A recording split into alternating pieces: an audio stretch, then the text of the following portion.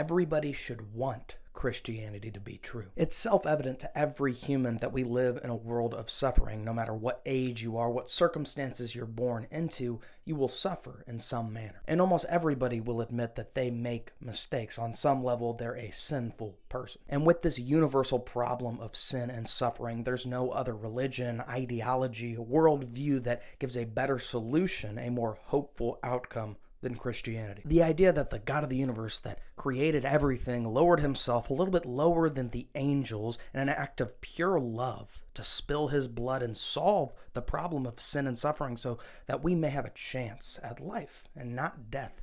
It doesn't get any better than that. And at this point, I'm not talking about the logical coherence of it all or the historical reliability of the Gospels. All I'm trying to say is that everybody on a base level should be excited at the idea of Christianity being true because it gives more hope than anything ever thought of. And back before I converted, those philosophical, intellectual, and theological problems and doubts often came up, and they still do to this day. But one thing I wanted more than anything was the redemptive story of the gospel to be true. And what I did back then, with much less confidence than I have now, is I started to live like a Christian, and it started to change my life immeasurably for the better. And so I ask anybody watching this video who is struggling with their Christian faith or maybe fell away from it or hasn't really been involved with it at all, do you want the gospel to be true?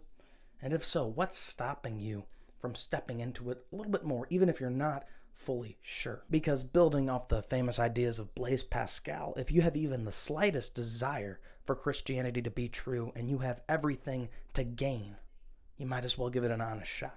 God bless.